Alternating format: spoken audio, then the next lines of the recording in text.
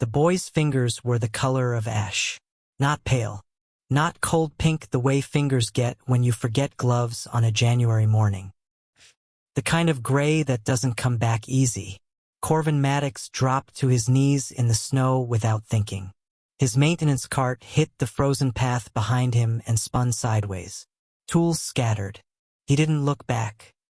His entire body locked onto the small shape half buried against the base of the fountain. The one that had frozen solid 3 weeks ago and hadn't thawed since. The Varelli Estate fountain. The one Corvin had been hired to check for pipe damage tonight. The child's chest moved. Barely. One shallow pull of air. Then a long, terrible pause. Then another. Corvin's hands shook as he brushed snow from the boy's face. He couldn't speak, he never could. No voice, no sound.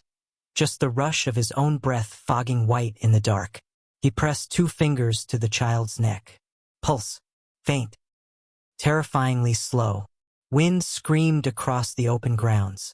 The temperature had dropped 11 degrees in the last 2 hours. Corvin had felt it through his jacket the whole walk from the service gate. And this child, this tiny child, was dressed in a coat that had already soaked through. A red wool hat half fallen off. 1 boot. Only 1 boot. Corvin didn't process anything else. He pulled the boy up against his chest, sat back against the fountain base, and wrapped his entire coat around both of them. His work jacket. The only thing between him and a wind chill that felt like it wanted to split skin open. Cold hit his back like a wall. He held tighter. The boy's face was pressed to his throat. Ice-cold cheek. Ice-cold lips. But breathing, still breathing. Corvin closed his eyes and pressed his forehead down gently against the child's. He couldn't pray out loud. He never had that option. But something moved through him in that moment. Something that asked, with everything it had, for this child to stay. Just stay. That was the whole prayer. He didn't know how long he sat there. Maybe 4 minutes. Maybe 10. The wind didn't ease. His back went numb somewhere around minute 3. He stopped feeling his left hand at minute 6. But the child's breathing, it changed. Slowly. The gap between each breath got smaller. The shallow pull became something more steady. Something more like survival. Corvin exhaled against the boy's hair. And then the lights came on. Floodlights. All of them. Simultaneously. The whole backgrounds of the Varelli estate lit up like a football stadium. And Corvin's head snapped up. Blinded for a second. Shielding his eyes with one arm while keeping the other locked around the child. 3 figures stood 30 feet away. Same height. Same stance. Same face. 3 of them. Corvin had heard the name before. Everyone in Chicago's service industry had heard the name. You didn't work maintenance, cleaning, or ground crews on the north side without hearing it at least once, usually as a warning. The Varelli triplets. They weren't rumors. They weren't stories people told for drama. They were real. And they were standing right there. 3 identical men in dark coats. Snow falling across their shoulders like it didn't dare touch them wrong. The one in the center stepped forward first. His jaw was set so tight Corvin could see the tension from where he knelt. Step away from him. The voice was low. Absolute. The kind of voice that expected immediate compliance from everyone in a 5-mile radius. Corvin didn't move. Not because he was brave. Not because he wanted a confrontation with 3 alpha powerhouses in the middle of a snowstorm at 11:30 at night. He didn't move because the boy's small fists had found the front of his shirt, and they were holding on. The child's fingers curled into the fabric so tight that Corvin could feel the grip even through the coat wrapped around them both. Weak grip, trembling grip, but intentional. Corvin looked down at the boy, then looked up at the 3 men. He shook his head once. Not defiant, not aggressive, just honest. The one on the left. Jaw sharper than the center one, something colder in his expression. Moved first. He crossed the distance fast. Alpha speed, precise and deliberate. He reached down toward the child. The boy whimpered, a small fractured sound. and pressed harder into Corvin. Everything stopped. All three men went very still. The center one, the one who had spoken first, looked at the child's face. Then at Corvin's hands, still wrapped around the boy's back. Then back at the child. His expression shifted. Not softened, not warmed, but shifted like something behind his eyes was recalculating. The wind howled. Snow hit hard from the left. And then the center one, the one who had told Corvin to step away, spoke again. Quieter this time. Bring him inside. A pause. Long enough to hold weight. Both of them. Hi viewers. Have you ever done something good for someone and walked away feeling completely invisible, like your kindness didn't even register to the people who should have been grateful? Drop your experience in the comments. I want to read every single one. Because Corvin is about to find out that being let inside a powerful man's home doesn't mean you're welcome in it. The child had chosen him. But the men who owned that child? They hadn't. The warmth hit like a slap. Corvin stepped through the service entrance behind one of the guards and felt the heat of the Varelli estate press against his frozen skin like something mean. Like warmth that knew it hadn't invited him. His fingers started burning almost immediately. The kind of burn that comes when blood rushes back into places that had given up. He pressed his left hand against his thigh and kept walking. The child was taken from his arms at the door.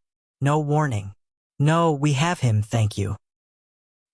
One of the guards gestured toward a chair near the wall. A hard wooden chair. The kind of chair you put near the door when you want someone to know they are not a guest. Corvin sat.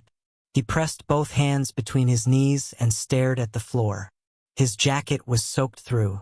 His boots had left a small trail of melt water on the stone tile behind him. He was aware of all of it.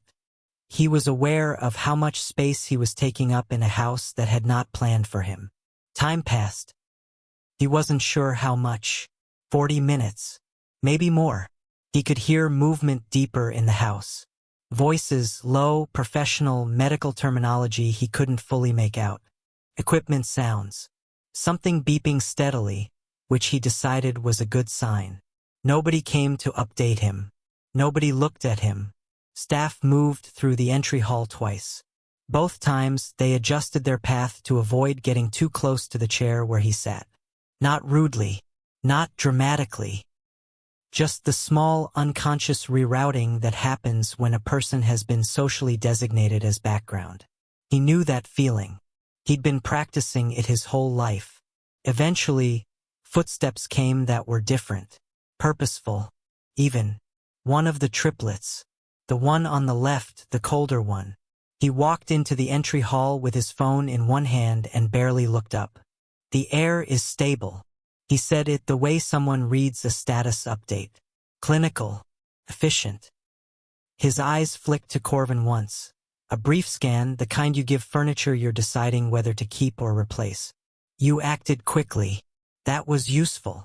Useful. That word landed somewhere in Corvin's chest and sat down flat. He didn't react. His expression stayed even. He'd spent years learning to keep his face from broadcasting what his voice couldn't say. The triplet, Lucero, Corvin would learn his name much later, had already looked back at his phone. Security will see you out. That was it. No handshake. No name exchange. No acknowledgement that Corvin had spent 20 minutes in a blizzard with his coat off, holding someone's child against his own body heat to keep him alive. 2 guards appeared from a side door. They weren't aggressive. They were just present, positioned at angles that made the direction of travel obvious. Corvin stood. He picked up his wet jacket from the back of the chair. Put it on. Felt the cold of it settle back against his shoulders like something familiar. He followed the guards to the service exit without looking back.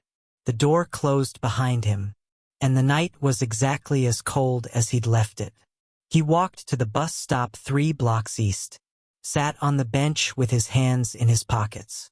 The last bus of the night came 9 minutes later. He rode it 40 minutes south to his neighborhood. Got off at the corner with the broken streetlight. His apartment was on the 3rd floor of a building that had a heating system that worked when it wanted to. Tonight it didn't want to. He sat on the edge of his bed in his still damp clothes and stared at the wall. The radiator made a sound like it was thinking about working. Kept thinking. It never committed. He pulled his phone out. One message from the night maintenance supervisor asking if he'd finished the pipe inspection on the Varelli property. He typed back, "No. Emergency. Will explain."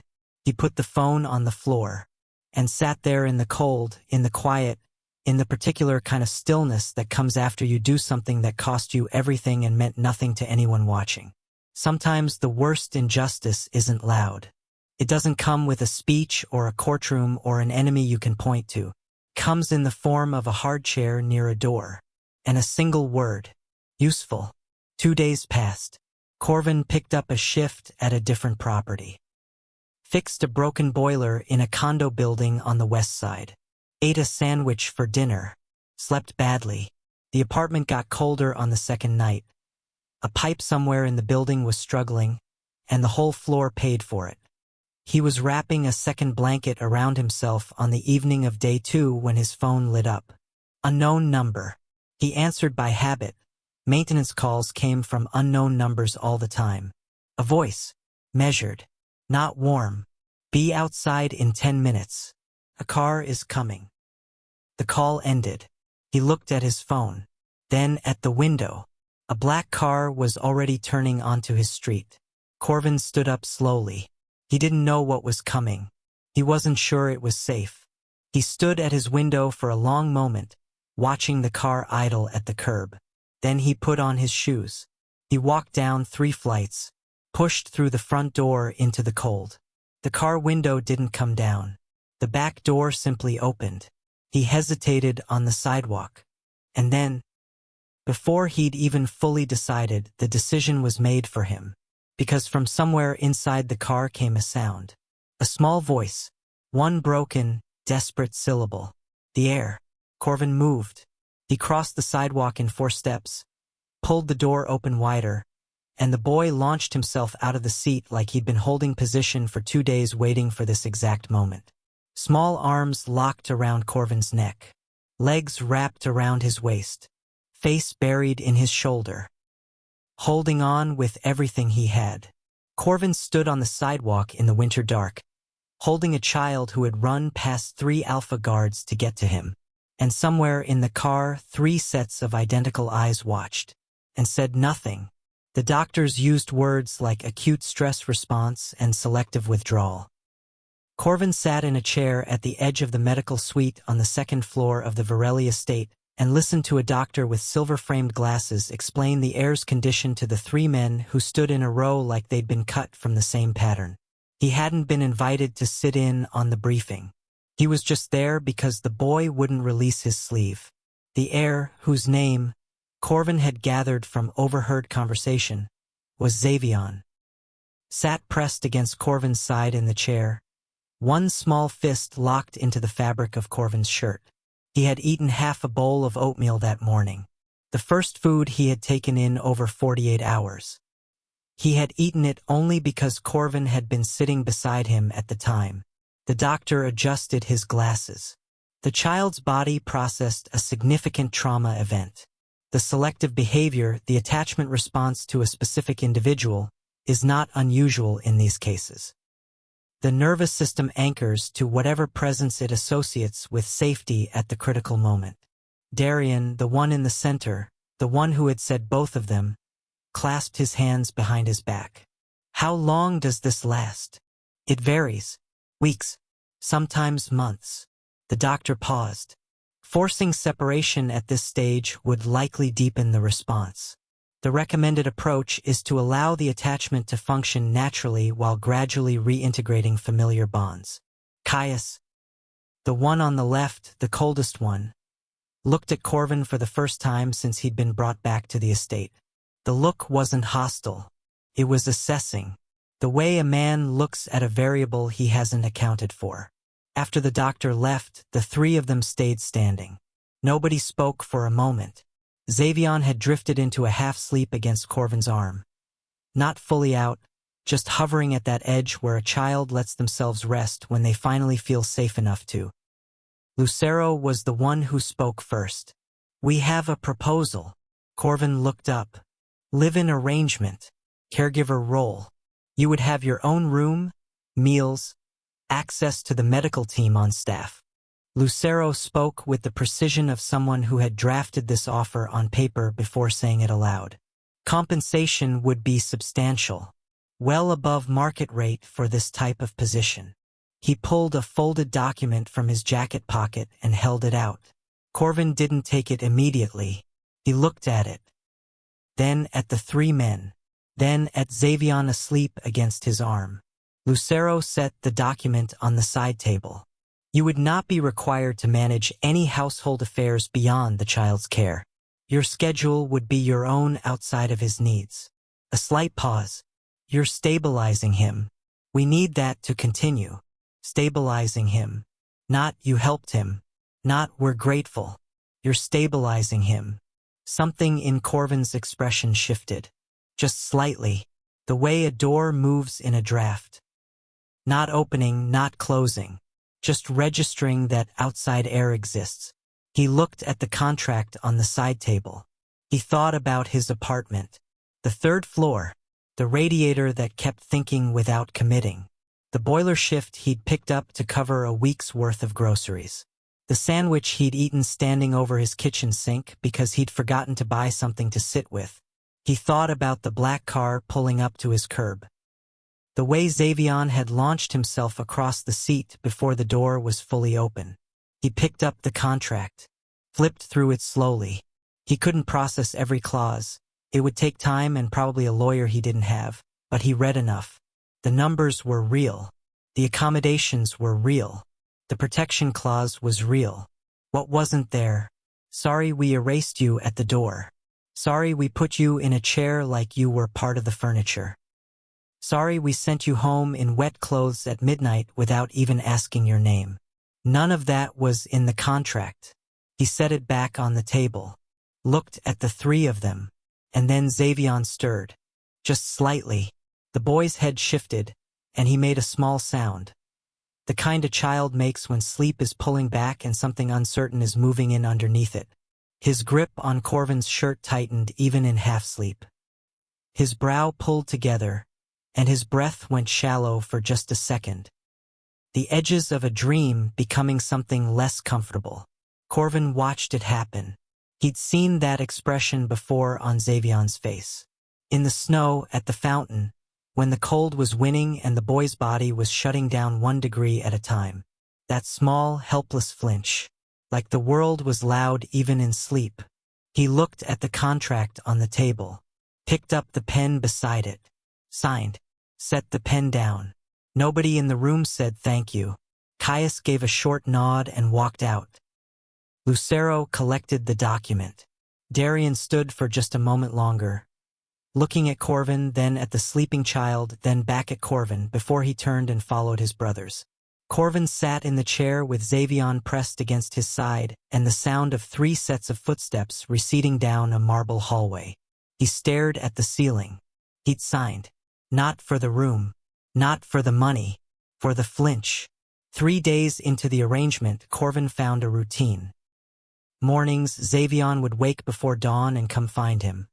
Always the same, always quiet, always with that expression on his face like he needed to confirm that Corvin was still physically present before anything else in the world could be trusted. They would sit together near the window with Xavion's picture books until the light changed. Afternoons, there were small exercises the occupational therapist recommended, matching games, textures, quiet structured play. Xavion engaged more each day. Still no words, but sounds. Small exploratory sounds made carefully like he was testing whether the air was safe for them. Evenings were the hardest. The triplets were present in the evenings. They tried in their way. Darian would sometimes sit in the room and read his own correspondence while Xavion played, present without being demanding. Caius once brought a small wooden puzzle and set it on the floor near Xavion without fanfare, then sat back against the wall and watched. Xavion looked at the puzzle, looked at Caius, then picked it up and brought it to Corvin. Caius's jaw shifted. He looked at the wall, and Corvin, he felt it, The particular ache of watching a father get quietly, gently rejected by his own child through no fault of anyone's cruelty. Just circumstances, just damage that predated all of them. He wished he could say something. He never could. On the 7th evening, Corvin was reading to Xavion, soundlessly, just turning pages and pointing while Xavion followed with his finger, when he noticed someone standing in the doorway. Caius, standing still, arms at his sides, not entering, just watching the two of them. His expression wasn't cold. It was something harder to name, something that lived between grief and determination. Corvin held his gaze for a moment, then looked back at the book. He turned a page, and the next morning, Lucero called a private security meeting. He had footage from Storm Night, the gate camera, and what it showed, what it recorded between 11:12 and 11:47 on the night of the storm, had not been an accident. The security chief's name was Broderick Hollins, and he did not look like a man who delivered comfortable information. He stood at the head of the long table in the estate's operations room. A room Corvin had never been inside, a room he'd only heard referenced in passing by staff who lowered their voices when they said it, and he pulled up footage on the display screen without preamble. Corvin was not supposed to be in this room.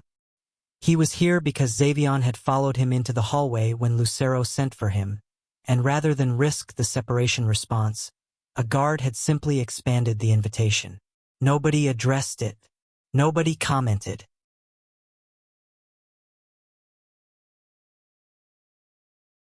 Xavion sat in Corvin's lap, turning the pages of a small paperback with deliberate concentration, appearing for all the world to be completely absorbed in a book about frogs. Corvin watched the screen. The footage was from the northeast gate camera. 11:09 p.m., storm night.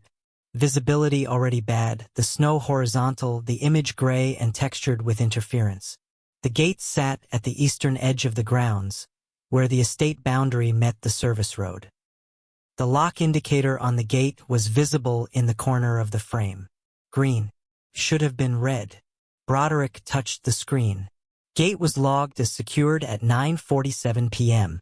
Standard night check. Lock indicator confirmed by 2 staff members on separate verification passes. He advanced the footage. 11:11 p.m. A figure appeared at the edge of the frame. Staff uniform. Moving without urgency. Moving like someone who belongs in a space and doesn't need to perform belonging because the habit of being there has made it invisible. The figure stopped at the gate panel. Entered a code. The indicator switched from red to green. Then the figure walked away. Nobody spoke. The wind continued on the footage, snow pressing sideways against the lens, and the gate stood open. Unlocked, invisible to the storm, invisible to anyone who didn't know to look. 11:43 p.m. The footage from the fountain camera, a secondary angle Broderick pulled up on the right side of the screen, showed Corvin finding Xavion. The time gap between the gate being unlocked and the air being found in the snow was 32 minutes. 32 minutes in that temperature. In one boot, Caius's hands were flat on the table surface. Corvin could see the tendons on the back of his hands from across the room. Like something was pushing up from underneath the skin and Caius was holding it down through force of will. Darian had not moved since the footage started. Lucero spoke first. Who entered the code? Broderick pulled up personnel records. The code sequence used belongs to an internal operations credential. The figure in the footage is consistent with Access Tier 3, upper management clearance. Who? We are cross-referencing biometric data now. We have a probable match. A pause. We are also tracking financial irregularities flagged by the accounting system over the past 4 months. Irregular outflows, structured to avoid threshold detection. Another pause, smaller. The outflows are linked to a political action organization operating under a non-profit registration. Darian's head turned slowly toward Lucero. Something passed between them in that look that Corvin couldn't fully read, but he felt the temperature of it. because he understood in that moment what Broderick wasn't quite saying directly. Someone inside the estate had wanted the heir exposed. Not lost. Not wandered out through carelessness. Exposed. To the cold. To the storm. To whatever came after a child disappeared from the grounds of the most powerful alpha family in the city. The boy in Corvin's lap turned a page. Frogs. Corvin pressed one hand flat against Xavion's back. Steady, even, and kept his own face neutral. Because the child could feel energy in a room. He'd proven that a dozen times over the past week. And right now the room was running very hot with the specific kind of quiet that precedes something irreversible. Lucero was already on his phone. Caius stood up from the table. His chair didn't scrape. He moved it back with deliberate control, the way you move furniture when you're keeping yourself from doing something else. Darian looked at Corvin. Not the child. Corvin. And something in that look was different than any expression Corvin had seen from him before. It wasn't assessment. It wasn't authority. It was something almost uncertain, like a man who has built every structure in his life on the assumption that he can control what threatens him, confronting evidence that the threat had been inside the wall the entire time. "Take him upstairs," Darian said quietly.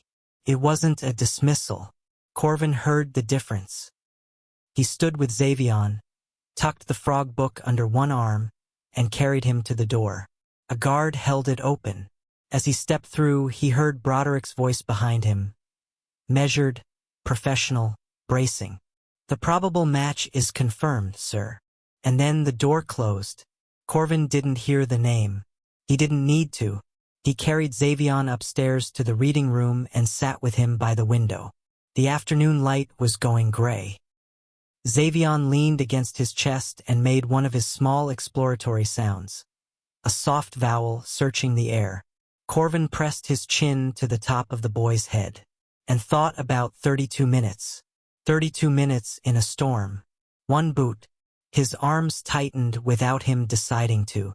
Below, somewhere in the estate's lower levels, the operations room door opened and footsteps moved with purpose through the marble corridors. And Lucero's voice, tight, controlled, precise, could be heard all the way up the staircase, tracing the irregular donations, following the money, back to someone who had stood in these halls, eaten at these tables, stood in strategy meetings with 3 men who trusted them enough to give them a code, and then used it.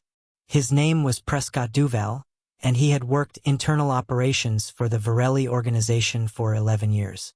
That was the number Broderick stated when he read the summary into the meeting room. 11 years. Corvin wasn't in the room for the formal confrontation. He was 2 floors up with Xavion, doing the afternoon routine quiet matching games, a snack of apple slices and peanut butter, the particular calm that Xavion had begun settling into more easily over the past few days. But the estate was old construction, and the ductwork carried sound in ways that architects of a different era had not planned for. Corvin heard enough. He heard Prescott's voice. Calm at first, then less calm, then the particular broken cadence of someone whose prepared story has met evidence that doesn't accommodate it. He heard Lucero's voice cutting through with questions that weren't really questions. He heard Caius's voice at a register that made the floor under Corvin's feet feel like it was holding its breath. And then he heard the pause. The kind of pause that means something is about to be decided that cannot be undecided. Xavion looked up from the matching game. His small face had gone still. He'd felt it too. Children do that. They can't name what's wrong with the air in a building, but they feel the charge of it. The tension that moves through walls and floors and settles in the body as something undefined and unsafe. Corvin touched his shoulder. Xavion looked at him. Corvin shook his head once. Slow, deliberate. It's okay. It's being handled. He wasn't sure that was true. He was sure that the child needed it to be. Xavion's eyes held his for a long moment, then went back to the game. The confrontation escalated. Corvin could track it by sound even without words, the shift from controlled interrogation to something harder.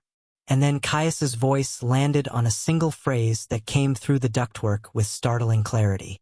Corvin set down his game piece, stood up. Xavion looked at him. He held up one finger. Stay here. 1 minute. Xavion's expression tightened. Corvin pointed to the window, then mimed, the birds outside, do you see? Look at those. It worked long enough. Corvin moved to the door, opened it quietly, and walked to the head of the main staircase. He could see down to the second-floor landing. He could see 2 of the guards stationed outside the operations room. He could hear more clearly now the 3 voices inside. And what was being discussed wasn't investigative anymore. The evidence was settled. The confrontation was over. What remained was decision, and Caius had made his. It wasn't unclear what Caius was demanding. The words came through with a precision that left no interpretive space. Swift, internal, final, an execution carried out within the organization's own framework. The kind that sent a message with the same permanence as a formal sentence but none of the complexity of public proceedings. There was a logic to it. Corvin understood the logic. He also understood what Xavion's face looked like when he heard loud voices carry through walls. He went down the stairs.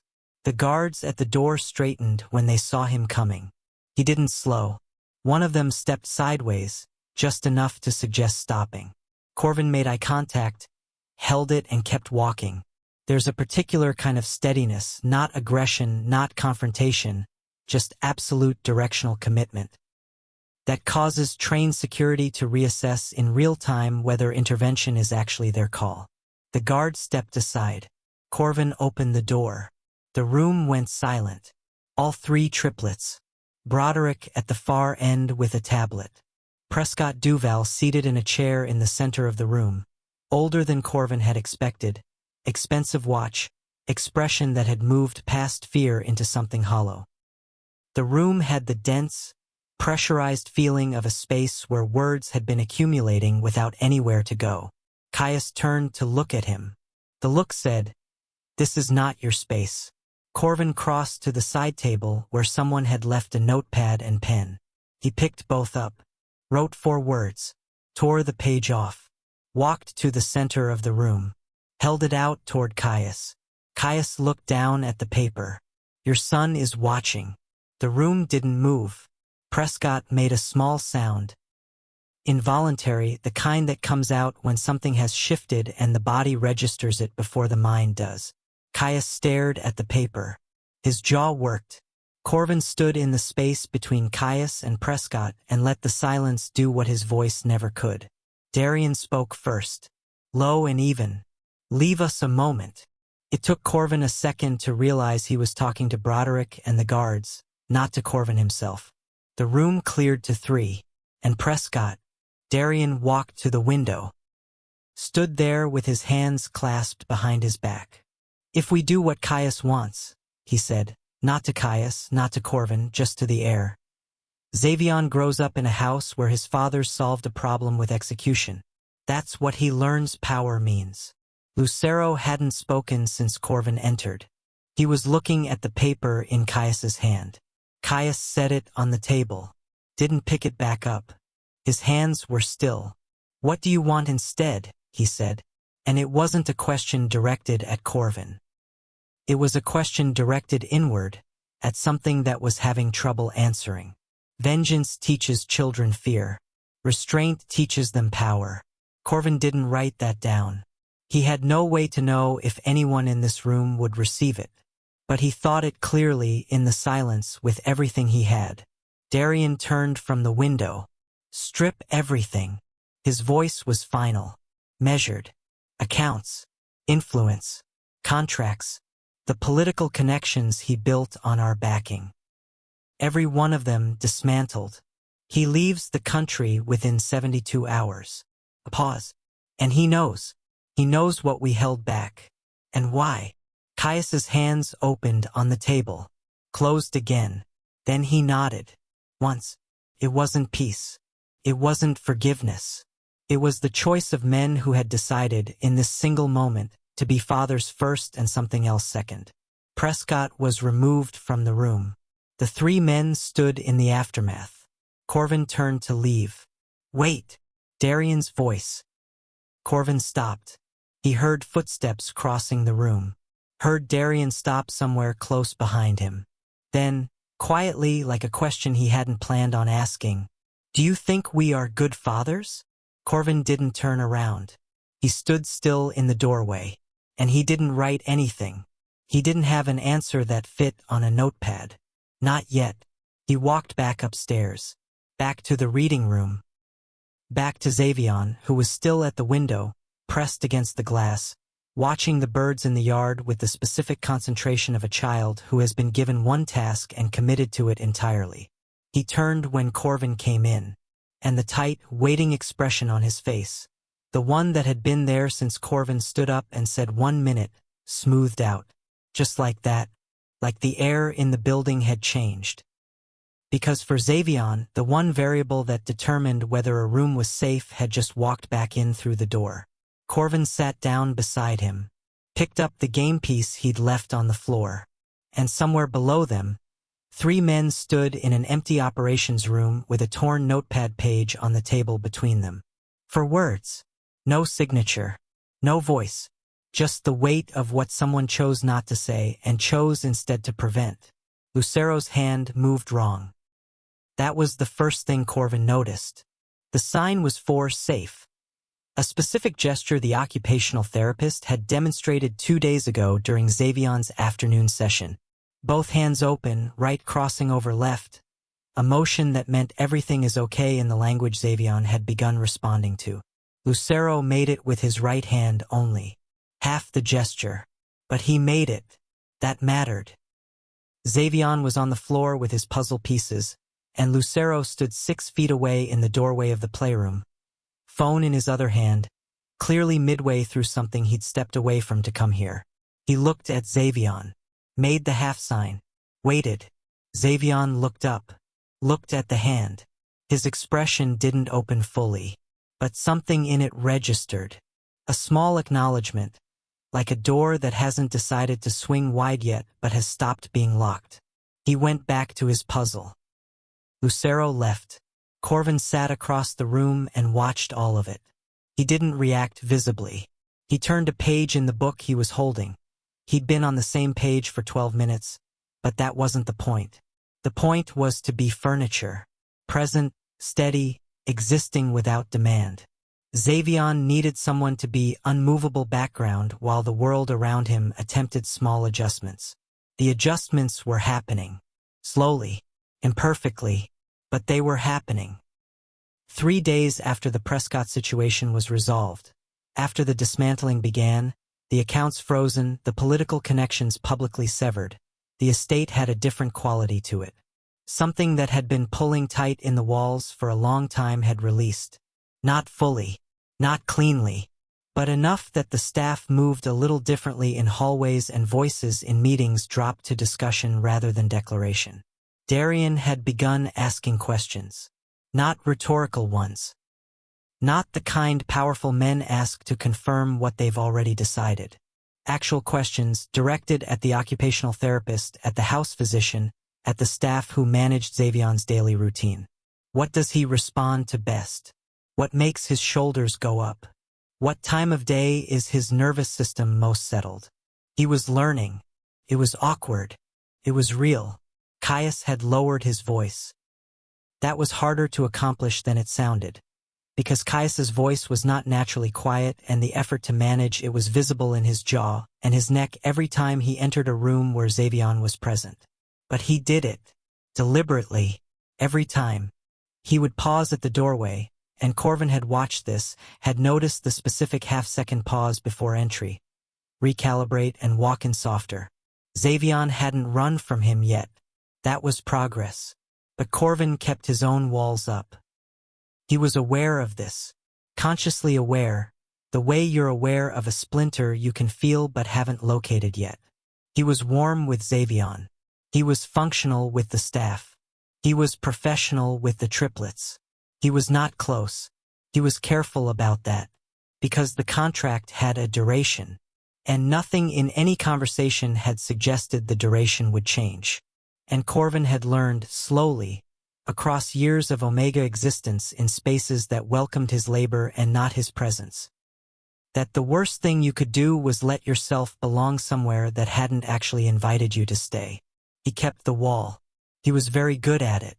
Most days. Then came the Thursday evening when the routine stretched past Xavion's usual sleep window because the boy simply wouldn't settle. Not distressed. Not afraid. Just wakeful in the particular way children sometimes are. Too full of the day to let it go, turning over small things in his mind that adults couldn't see. Corvin sat with him, reading, pointing at pictures, letting time pass without pressure.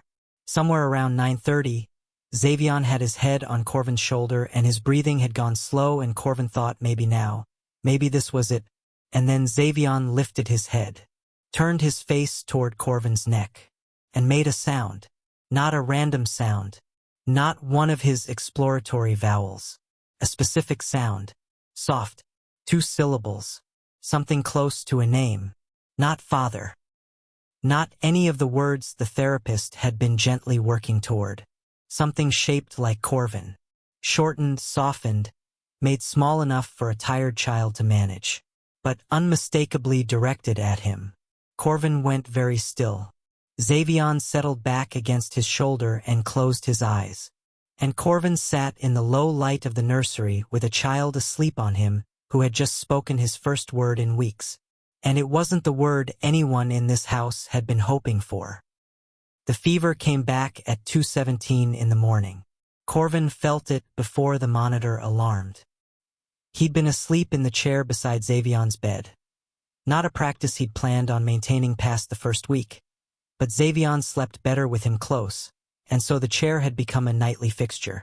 His body had adjusted. Light sleep, tuned to the specific rhythm of the boy's breathing the way a parent tunes to a frequency they didn't choose but can't stop hearing. The rhythm changed. Corvin was up before his eyes fully opened. He put his hand to Xavion's forehead. Hot. Not warm from sleep, hot. The other kind. He pressed the call button for the house physician without looking for it. He'd memorized the location weeks ago. Then he pressed a cool damp cloth against Xavion's neck, speaking through his hands the way he always did. Touch saying what his throat couldn't. Easy. I'm here. I've got you. Xavion's eyes opened, glassy and confused and afraid. Corvin stayed exactly where he was, in the boy's line of sight, close enough to touch, steady enough to be something the fever could orient to.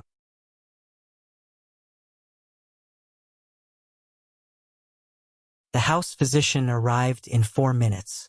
The triplets arrived in 7. All 3. Which told Corvin that whatever communication system existed between them operated even at 2 in the morning without needing coordination. They simply appeared in the doorway at near-identical moments. Darian first, then Lucero, then Caius 1 breath behind him. All 3 in various states of half-dressed. Caius still had his watch on. Darian's shirt was buttoned wrong. They stood at the doorway while the physician assessed. Not because they were being kept out, because Xavion's eyes, when the fever let him focus, went to Corvin, and stayed there. The physician confirmed it was a secondary inflammatory response, not unusual given the original exposure event, likely triggered by a combination of physical stress and the emotional demands of the past 2 weeks. Fever was significant but manageable. Fluids, fever reducer, monitoring through the night. Someone should stay with him. He said it neutrally, addressing the room. Corvin was already pulling his chair closer to the bed. Nobody said anything. Nobody corrected it. The physician gave instructions, made notes, and left. The 3 triplets remained in the doorway. They took shifts standing there through the night. Corvin noticed this without acknowledging it. Darian from 2 to 4. Lucero from 4 to 6. Caius from 6 until the pale gray of early morning started at the window, and Xavion's fever broke with a long exhale, and the boy's body finally went soft in sleep. Real sleep. Safe sleep. Corvin pressed the back of his hand to the child's forehead and held it there. then sat back in his chair and put his face in his hands for a moment. Just one moment. Eyes closed, shoulders down. The particular release of tension that the body saves for when the crisis is over and it's finally safe to show that it was afraid. He didn't know anyone was watching. Caius was still in the doorway. He'd been there since 6. He would stay until the shift technically ended. That was what he was doing, holding position. What he hadn't expected was to watch Corvin, after 40+ hours of holding everything steady for a sick child, put his face in his hands and breathe. Caius stood very still and thought about a word, just a word. He'd used it 12 days ago, standing in a marble entry hall, dismissing a man who had just saved his son's life. Useful. He stood in the doorway and let that word sit next to what he was seeing right now. It didn't fit. It had never fit. He just hadn't stopped to notice that before. Darian came back around 7:15 with 2 cups. He handed one to Caius at the doorway, then walked inside. Set the other cup on the small table beside Corvin's chair. Didn't speak. Didn't explain it. Just set it there and stepped back. Corvin looked up, looked at the cup, looked at Darian. Darian had already turned toward the window. The tea was still warm. Corvin picked it up, held it with both hands. Outside the window, the morning was gray and very quiet, and inside this room a child breathed steadily in clean white sheets and 3 men stood in varying arrangements of stillness, and something unspoken was being deposited between them all slowly, without ceremony. Like the first installment on a debt that hadn't been named yet. Lucero stood just inside the door at 7:45, looking at Xavion's sleeping face. He wasn't looking at Corvin. But the question he asked was directed at him. Quiet. Direct. Why did you stay?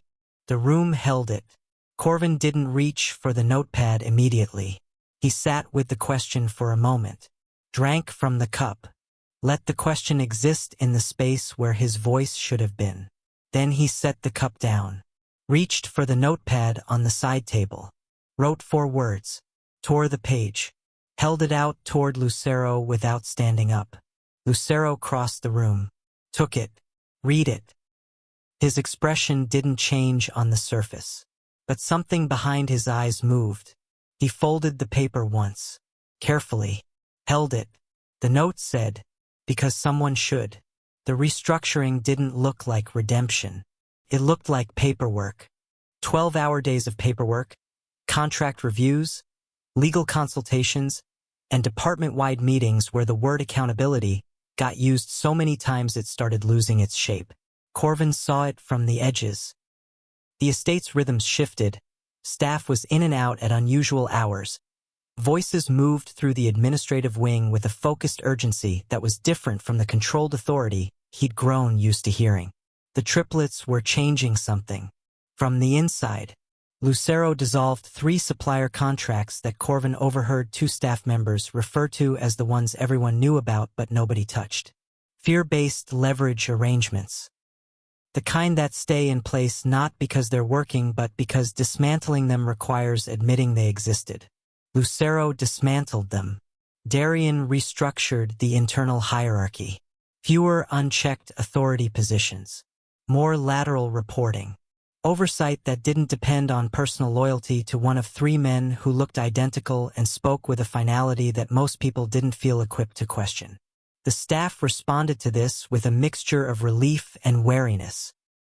Relief because the pressure in the building had been real, wariness because when powerful people change their systems it isn't always for the reason they say. But the changes held. Week after week they held.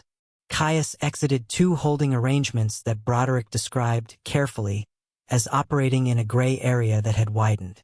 Corvin didn't know exactly what that meant. He knew what it felt like in the building. A specific kind of exhale, the release of something that had been compressed for long enough that people had forgotten it was there. Not everyone welcomed it. That mattered. 2 members of the upper operations staff tendered resignations within the same week.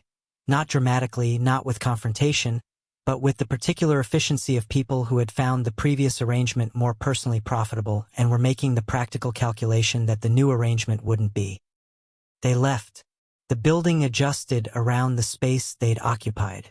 3 weeks in, a junior financial analyst named Deshonda Watts flagged an anomaly in the incoming accounts review. She brought it to Lucero directly, bypassing 2 levels of hierarchy she would previously have felt obligated to clear first. She'd brought it because the new reporting structure said she could. And because she'd watched what happened to Prescott and understood that the old way of managing uncomfortable information, burying it sideways in someone else's report, was not the kind of job security it used to be.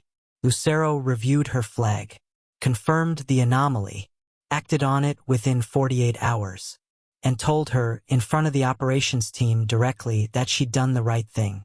Deshonda Watts looked like she didn't quite know what to do with that. Corvin understood the feeling. He saw her in the hallway the next day and she was walking a half-inch taller. Sometimes redemption isn't loud. It's a chain of small corrections. Paperwork. Policy. One person being told in front of witnesses that what they did was right. Then Corvin is standing in the rear hallway near the staff entrance, reading a maintenance notification that had been slid under the wrong door, when Broderick stops beside him. Broderick doesn't look at him directly. He looks at the wall. "Someone ran your name through a search platform," he says. "Even. Measured. Not internal. External."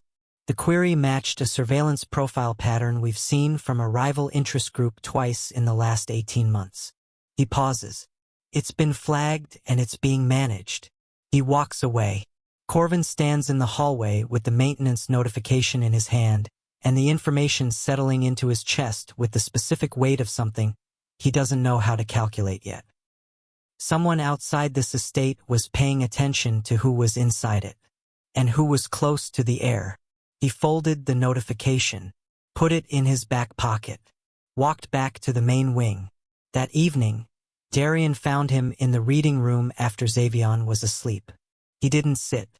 He stood in the middle of the room with his hands at his sides.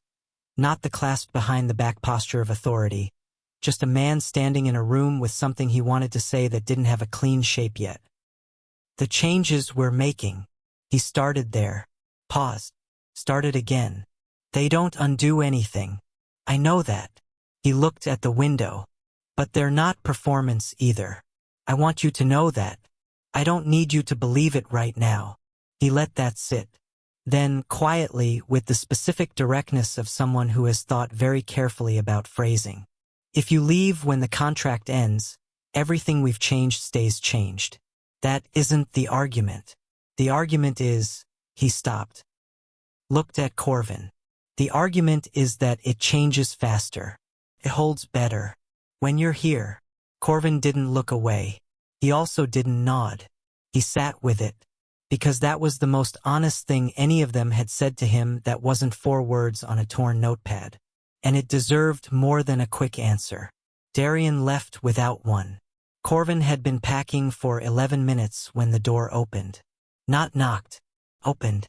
He had his bag on the bed. The same worn duffel he'd brought the first day. Packed light because he'd arrived late and the contract hadn't been a reason to unpack more than what he needed.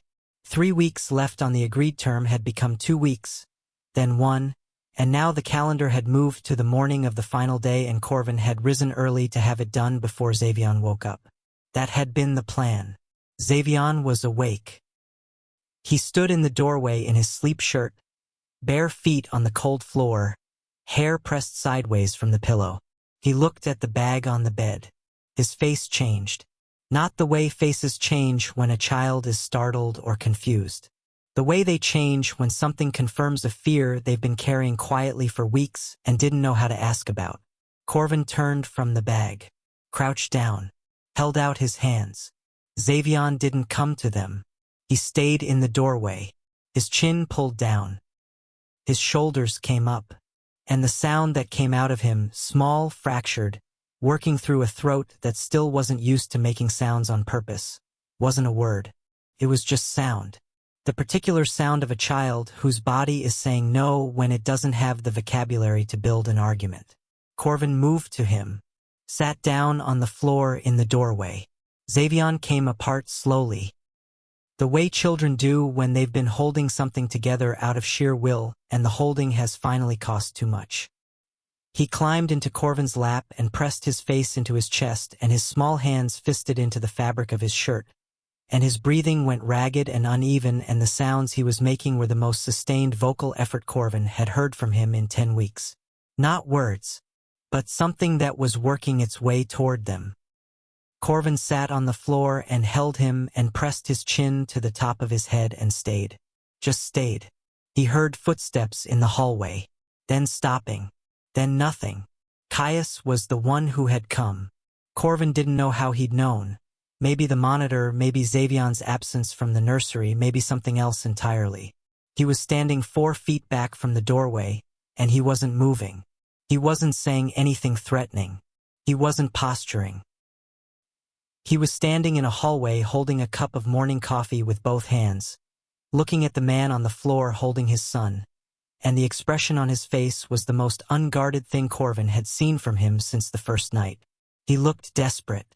Not powerful desperate. Not commanding desperate. Just desperate. The word came out low.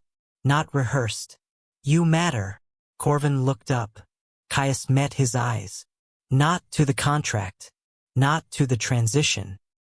Not to Xavion's therapeutic progress or whatever clinical term anyone wants to put on it. A pause. His jaw moved. You matter. As a person who is in this house. He stopped, because there was more and he didn't have it yet. The language wasn't there, the language for this specific thing, for the apology that was also a request that was also something else entirely, something that the 3 of them had been moving toward for weeks without a name for it. Corvin stood slowly. Xavion came up with him, legs wrapped around his waist, face still pressed to his shoulder. He stood in the doorway with the boy on his hip, and looked at Caius, and then past him, because Lucero and Darian were both in the hallway. At some point they had come. Nobody had summoned anyone. They were just there.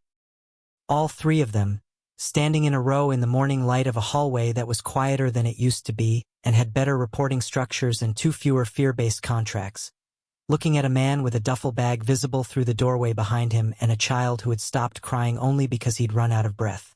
Lucero stepped forward. He didn't bring a document. He didn't have a contract in hand or a prepared statement or a clause for Corvin to initial. He extended his hand. Palm up. Open. Stay. The word was even. Unhurried. Not as staff. He let that land. As family. The hallway was very quiet. Xavion had turned his face sideways on Corvin's shoulder. Watching Lucero's open hand with the same focused expression he gave to things he was trying to understand. Corvin looked at the hand. He thought about the hard chair near the door on the first night. He thought about the word useful. He thought about a radiator that kept thinking without committing. He thought about a boy launched across a car seat. A cup of tea set down without comment. A folded piece of paper that Lucero still had somewhere. He thought about the fact that none of this, not one moment of it, had gone the way anyone in this house planned. He looked at Xavion's face. Then at Lucero's open hand. He didn't take it yet. He stood in the doorway with the weight of everything unsaid pressing against the inside of his chest, and Darian stepped forward. Closer than he had ever stood before. Not crowding. Just close. Close enough that Corvin could see that Darian, like his shirt had been on fever night, was not perfectly composed. His voice came out low. We're not asking you to forget the chair by the door. A breath. We're asking you to stay past it. 1 year. Exactly 1 year later, it snowed again. Not the violent kind. Not the storm that had taken 11 degrees in 2 hours and left a child half-buried against a frozen fountain in the dark. This snow came in quietly, the way it sometimes does in Chicago in the deep part of February. Soft, even, the kind that settles on things rather than attacking them. Corvin stood at the back window of the estate's main sitting room and watched it come down. He had a cup of coffee in his hand, not the hard wooden chair. Not the service entrance. The main sitting room, with the good windows that went floor to ceiling and caught the yard lights in a way that made the falling snow visible all the way to the tree line. He lived here now.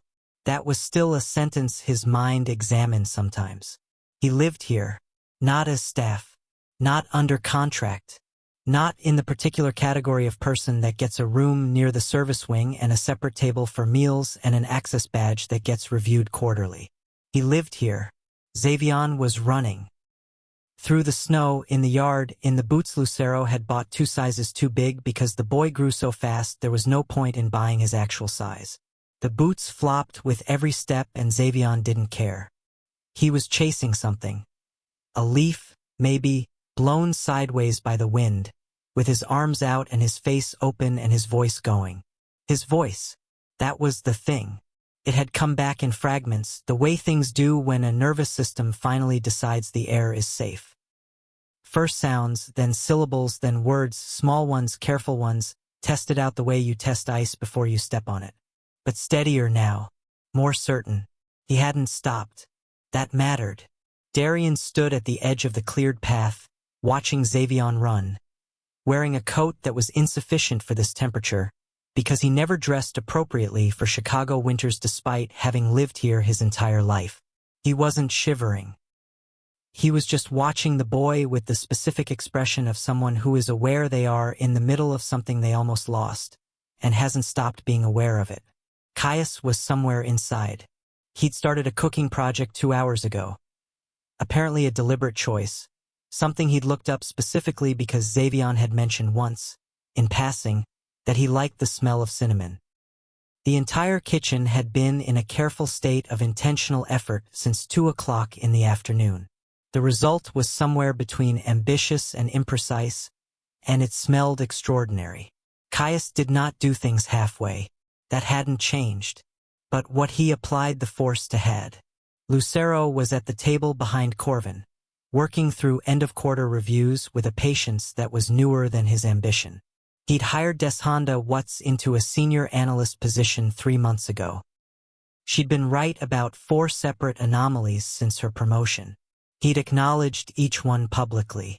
He was learning that systems that reward accuracy are more durable than systems that reward loyalty. He was a slow learner on the human parts. He was trying. The gate at the east corner of the property was reinforced now. New hardware, new code system, new camera coverage that had 0 blind spots regardless of weather conditions.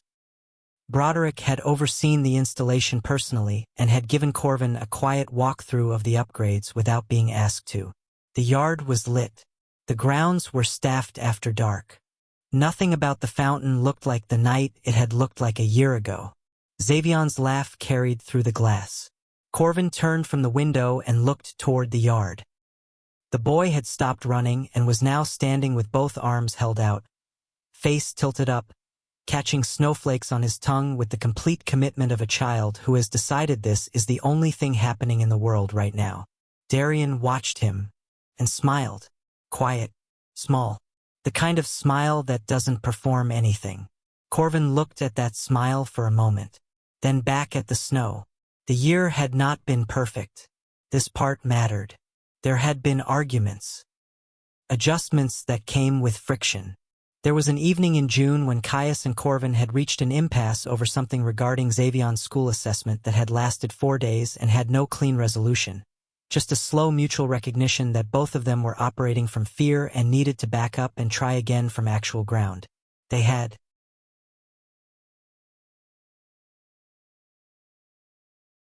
There had been a week in September when the anonymous threat Broderick had flagged escalated from a search query to physical surveillance of the estate perimeter. And the house ran tight and close for 7 days while the situation was managed. And Corvin had sat with Xavion through 2 nights of disrupted sleep and a fear that came back through the walls like cold air through old windows. They had come through it. Together. Not because everything was resolved. Because they kept choosing to be in the same room for it. Lucero had set his documents down. He was looking at the yard. At Xavion, still standing with his face up, arms wide. He said nothing. Corvin watched him not say anything for a moment. Then Darian came back inside, stomping snow off his boots at the door, and the smell of cinnamon from the kitchen was actually remarkable. And Xavion was coming up the path now with red cheeks and fogged breath and both boots threatening to detach entirely. He came through the back door, pulled the boots off sideways, hopping on one foot, looked up, found Corvin first, held up both hands, covered in snow, presenting them like evidence of something excellent.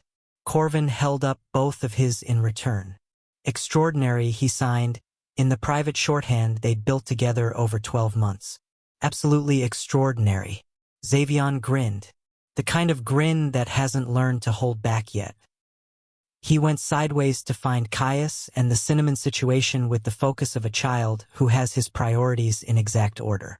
The sitting room was quieter now. Snow still falling outside. 3 men in it. Darian sat down on the couch. Not across the room. Not in the chair by the window. On the couch in the middle with space on both sides. He looked at Corvin. May we stay? Not we are staying. Not this is how it is now. May we? The same 2 words he'd used 10 months ago on a quiet evening that neither of them had named but both of them remembered. Lucero had looked up from his documents. Caius appeared from the hallway with a dish towel over his shoulder and the expression of a man who had heard the question through the wall and was invested in the answer. Corvin looked at Darian, then at the couch, then at the window, where the snow kept coming down across a yard with a secured gate and full lighting and a fountain that had been cleaned and repaired and was waiting, quietly, for spring. He crossed the room, sat down, not in the middle, beside Darian. Close. Darian didn't say anything. Neither did Lucero, who closed his documents. Neither did Caius, who came to stand at the edge of the room and leaned against the doorframe with his arms crossed and watched the snow like it was owed nothing. Power isn't proven by who obeys you. It's proven by who feels safe beside you. Xavion appeared from the hallway with cinnamon on his shirt and a question on his face. The kind children carry that they haven't built into words yet. He took in the room. Took in the 4 of them, arranged in the warm light with snow falling past the floor-to-ceiling windows. Then he crossed the room, climbed up. Settled between Corvin and Darian like that was the exact shape the space had always been waiting to hold. And this time, when the snow fell outside, no one was alone in it. If the story moved something in you, if you've ever been the person who showed up when it cost you, who gave without being asked, who stayed even when no one said thank you, leave a comment below. Tell me your story. The ones you share might be exactly what someone else needs to read today. Subscribe and turn on notifications. Every story on this channel is built for people who believe that quiet strength changes things, and the next one is already coming.